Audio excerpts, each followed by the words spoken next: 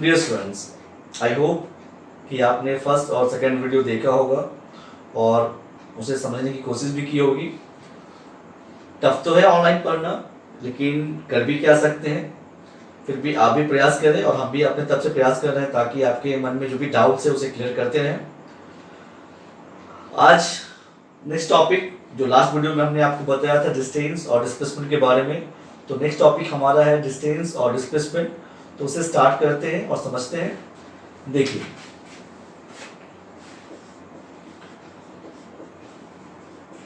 Distance and displacement. सबसे पहले let us से डिस्टेंस के बारे में। What is distance? The actual path covered by the body। कहता है कि डिस्टेंस के बारे में जब भी बात करते हैं तो किसी ऑब्जेक्ट के द्वारा जो एक्चुअल पाथ ट्रेवल करते हैं उसे कहते हैं कि वो डिस्टेंस को दिखा रहा है। जैसे एग्जांपल में देखिए कि एक पॉइंट ए है जिसे हम ओरिजिन कहेंगे। ओरिजिन का मतलब जहां से कोई ऑब्जेक्ट स्टार्ट होता है, इनिशियल पॉइंट। अब यहां से वो ट्रैवल करके बी पे गया, और बी की बात करें तो आप देख सकते हैं कि ए और बी के बीच में सम डिफरेंसेज है, यानी कि डिस्टेंस है। तो कुछ भी हो सकता है, 2 मीटर मान लेते हैं कि 2 मीटर है, तो आप कहेंगे कि ए और बी के बीच की दूरी कितनी है? 2 मीटर है। लेकिन अगर हम इसे और भी अलग तरीके से देखें कि यहाँ पे लिखा गया है एक्चुअल पाथ कवर, तो पाथ अगर हम बदलते भी रहते हैं, जैसे ए से बी पे गए, बी से सी पे गए, सी से डी पे गए, डी से ई पे आए, तो सबकी एक दूरी है। जैसे मान लेते हैं कि 2 मीटर है, ये 3 मीटर है, ये 4 मीटर है, ये 5 मीटर है। तो अगर हम बात करें कि ऑब्जेक्ट के द्वारा टोटल कितनी दूरी तय की गई, तो यहां हमने लिखा भी है एक्चुअल पाथ कवर। तो डिस्टेंस के बारे में जब हम रिप्रेजेंट करते हैं तो इसे ऐसे लिखते हैं, distance is equal to actual path cover. तो एक्चुअल पाथ कितना कवर है, तो हम देख सकते हैं A B plus B C plus C D और प्लस डी। सबके वैल्यू को पुट कर देते हैं, 2 3 4 और 5, 2 3 4 एंड 5। अगर आप इसे जोड़ेंगे तो 5 4 9 12 एंड 2 14। ये टोटल हमने इसे जोड़ दिया, क्योंकि कहता भी है एक्चुअल पाथ कवर। टोटल जितनी दूरी तय की जाती है उसे ऐड करके हम लिखते हैं, और वो टोटल क्या देता है? हमें डिस्टेंस देता है। पिछले वीडियो में आपने देखा था कि हमने आपको बताया हुआ था कि डिस्टेंस जो है उसे स्केलर क्वांटिटी कहते हैं। स्केलर क्वांटिटी क्यों कहते हैं? कि इसके पास केवल और केवल क्या है? मैग्नीट्यूड है। अब बात करते हैं डिस्प्लेसमेंट की।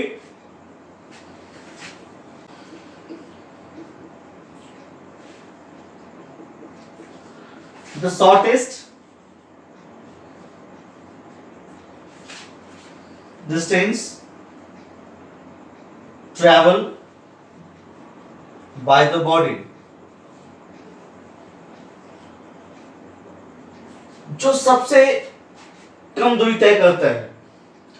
शॉर्टेस्ट मतलब कि वो कहीं भी गया, घूम फिर के गया, तो जो रेफरेंस पॉइंट है उससे जो सबसे नजदीकी वाली जगह होती है जहां पे उसका फाइनल पोजीशन है, और फाइनल पोजीशन से इनिशियल पोजीशन का जो सबसे शॉर्टेस्ट दूरी होती है हम उसे काउंट करते हैं। जैसे देखिए, शॉर्टेस्ट कहने का मतलब ये मत समझिएगा कि सबसे छोटा।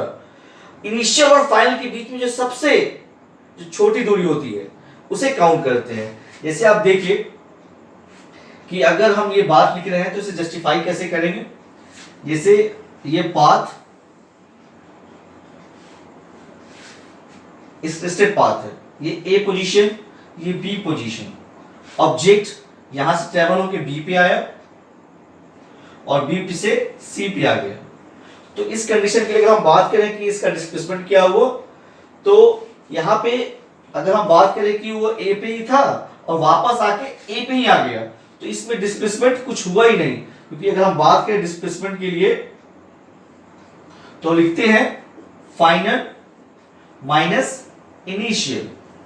तो फाइनल भी ए है और इनिशियल भी ए है, तो ए माइनस से क्या हो जाएगा, 0 हो जाएगा। जैसे देखिए और भी एक फॉर्मेट देख लीजिए कि जैसे सर्किल पाथ है, सर्किल पाथ पे यहां से कोई ऑब्जेक्ट स्टार्ट किया चलना और यहां से यहीं पे आ गया, तो इस कंडीशन में भी अगर हम बात करें कि इसने कितना ट्रैवल किया है, तो ट्रैवल करने के बाद ये कहां पहुंचा है ये देखना जरूरी है। तो देखते हैं कि इनिशियल पॉइंट भी यही है और फाइनल पॉइंट भी यही है, तो अगर इसे भी जस्टिफाई करें तो यहां भी यही बात हो जाएगी, a माइनस इक्वल टू 0। लेकिन अगर हम डिस्टेंस से कंपेयरिंग करते हैं, तो अगर मान लेते हैं कि a और b की दूरी कुछ तो होगी, अगर मान लेते हैं x है, तो एक बार x गया और एक बार x आया, तो डिस्टेंस की आप कहते हैं क्या है, actual path covered by the body. तो क्या करेंगे, x प्लस x जोड़ देंगे तो क्या हो जाएगा, 2x हो जाएगा। तो आपने देखा कि डिस्प्लेसमेंट जो है वो 0 हो सकता है, लेकिन डिस्टेंस कभी भी 0 नहीं हो सकता है। इस कंडीशन में भी अगर हम डिस्टेंस के बारे में बात करें, तो सर्किल पे अगर कोई ऑब्जेक्ट यहां से मूव करके यहां तक आता है, तो हमें नहीं पता है कितनी दूरी है, तो हमें पता है कि सर्किल का सर्कमफ्रेंस जो होता है वो 2 पाई r होता है। तो डिस्टेंस के लिए हम बोलेंगे कि उसने 2 पाई r की दूरी तय की है। लेकिन अगर हम डिस्प्लेसमेंट की बात करें तो आप बोल देंगे कि उसमें कोई बदलाव हुआ ही नहीं, जिस पॉइंट पे था उसी पॉइंट पे आ गए। और अगर हम इसे जस्टिफिकेशन के तौर पे देखते हैं, तो आप बोलते हैं फाइनल माइनस इनिशियल का फॉर्म होने की वजह से ये a माइनस से क्या है, 0 हो जाता है। इसका मतलब है कि डिस्टेंस कभी भी 0 नहीं हो सकता है और डिस्प्लेसमेंट 0 हो सकता है। तो नेक्स्ट हम इसकी कैरेक्टरिस्टिक्स की बात करते हैं, डिस्टेंस और डिस्प्लेसमेंट की।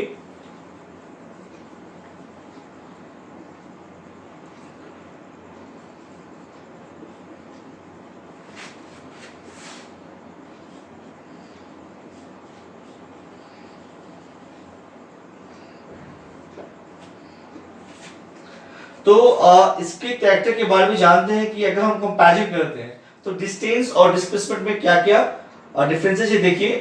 तो जैसे फर्स्ट अगर हम बात करें तो डिस्टेंस के पास केवल और केवल मैग्नीट्यूड होता है, और डिस्प्लेसमेंट के पास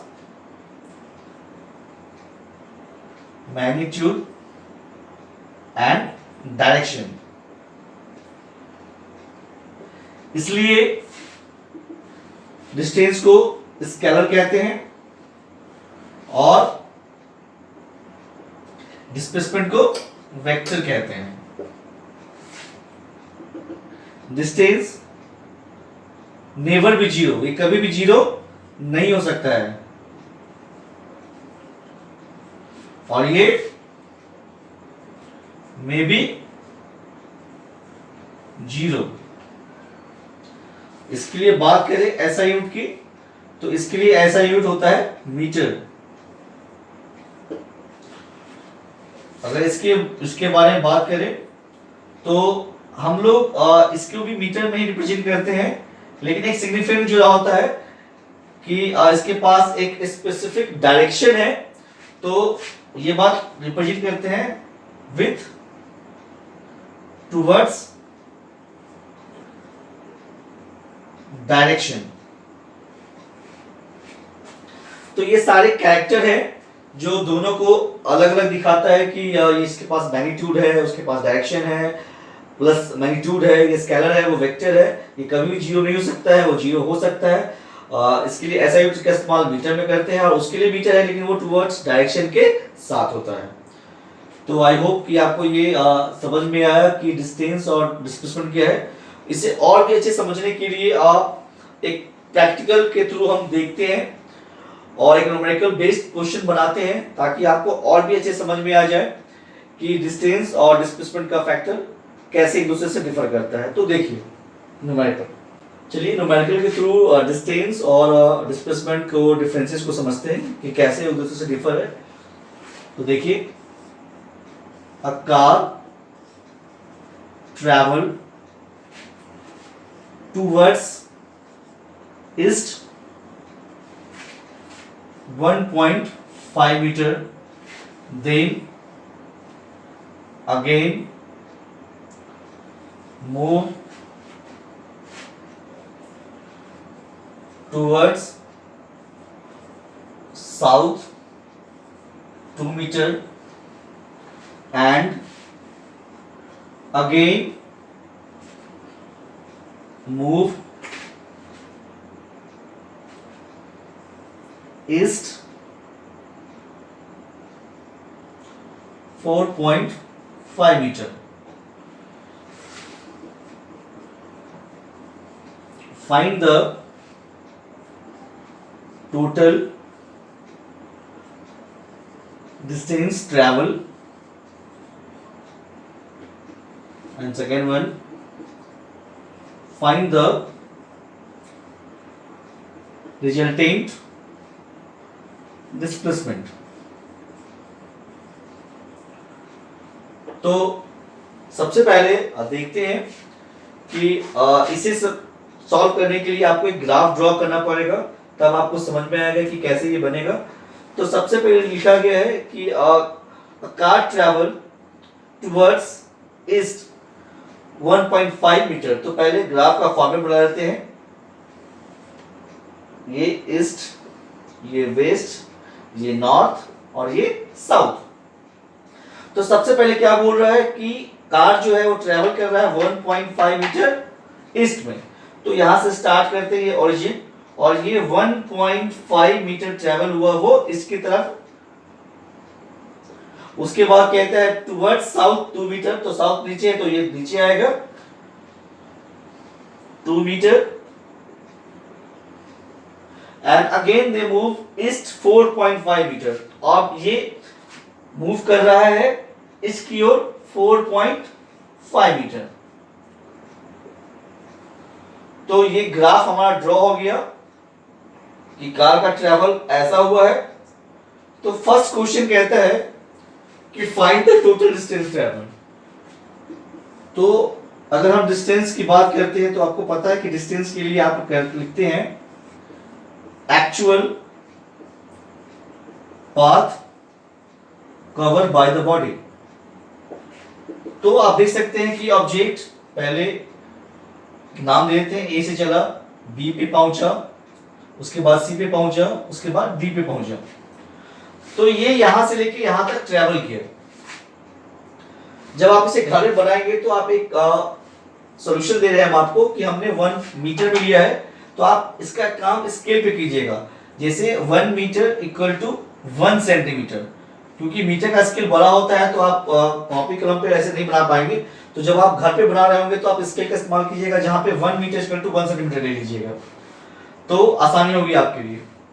तो यहाँ पे अगर हम डिस्टेंस की बात करें तो actual cover by the body, तो यहाँ पे हम इसे देखेंगे इस तरह से कि A B plus B C plus C D, ये इसका टोटल डिस्टेंस टेबल है। A B 1.5 metre, B C जो है वो 2 मीटर और सी डी जो है वो 4.5 मीटर। सबको ऐड कर देंगे, ये हो जाएगा 8 मीटर। तो यहाँ पे डिस्टेंस टोटल कितना आया? 8 मीटर। अब बात करते हैं डिस्प्लेसमेंट की। तो डिस्प्लेसमेंट के बारे में क्या बताया गया था कि जो शॉर्टर डिस्टेंस होगा, तो आप देख सकते हैं कि ये तो काफी मूव करके आया है, लेकिन अगर शॉर्टेस्ट निकालना चाहेंगे तो हम क्या करेंगे, इस पॉइंट को और इस पॉइंट को मिला देंगे तो शॉर्टेस्ट हो जाएगा। तो हम इसे ऐड कर देंगे, मिला देंगे, तो डिस्प्लेसमेंट हमारा क्या हो जाएगा,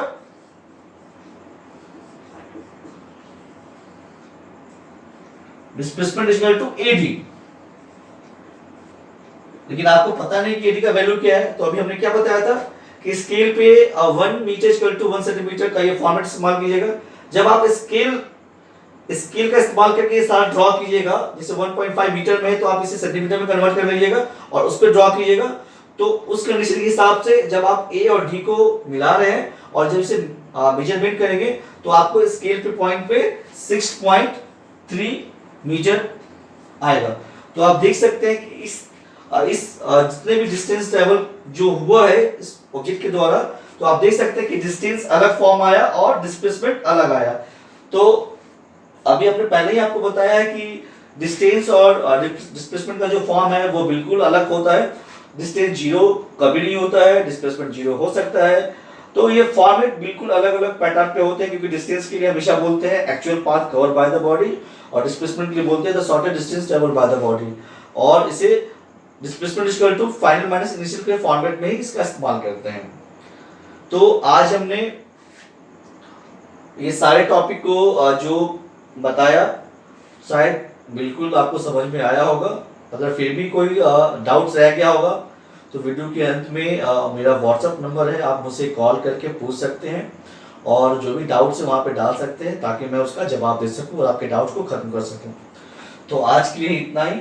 नेक्स्ट वीडियो में नेक्स्ट टॉपिक के साथ आएंगे, क्योंकि अब तक आपने बस बेसिक मोशन के बारे में पढ़ा है। अब मोशन जो है साइंटिफिक फॉर्म जो है वो पढ़ेंगे, जहाँ पे अब मोशन के जो टाइप्स है नॉन यूनिफॉर्म, यूनिफॉर्म, उसके बाद उसके ग्राफिक फॉर्म्स, बहुत सारे न्यूमेरिकल फॉर्म्स आने वाले हैं। तो धीरे धीरे उस सारे टॉपिक को टच करेंगे, उसे देखेंगे, और आई होप कि आप उसे समझें और जो भी क्लैरिफिकेशन है आप उसे कर सकते हैं। आज के लिए इतना ही। Thank you very much. घर में स्वस्थ रहें, घर में रह के ही पढ़ाई करें, बाहर बिल्कुल ना जाएं, और जो गाइडलाइंस दिए गए हैं उन्हें बिल्कुल फॉलो करें, और घर से बाहर निकलते भी हैं तो मास्क का बिल्कुल इस्तेमाल करें, हाथ बार बार धोते रहें। घर में जो बड़े हैं, बुजुर्ग हैं, उनका स्वास्थ्य का बिल्कुल ध्यान रखें और खुद का भी ध्यान रखें, ताकि अगर आप स्वस्थ रहेंगे तो समाज भी स्वस्थ रहेगा। तो सारी गाइडलाइंस को फॉलो करते रहें और पढ़ते भी रहें साथ में। Thank you very much.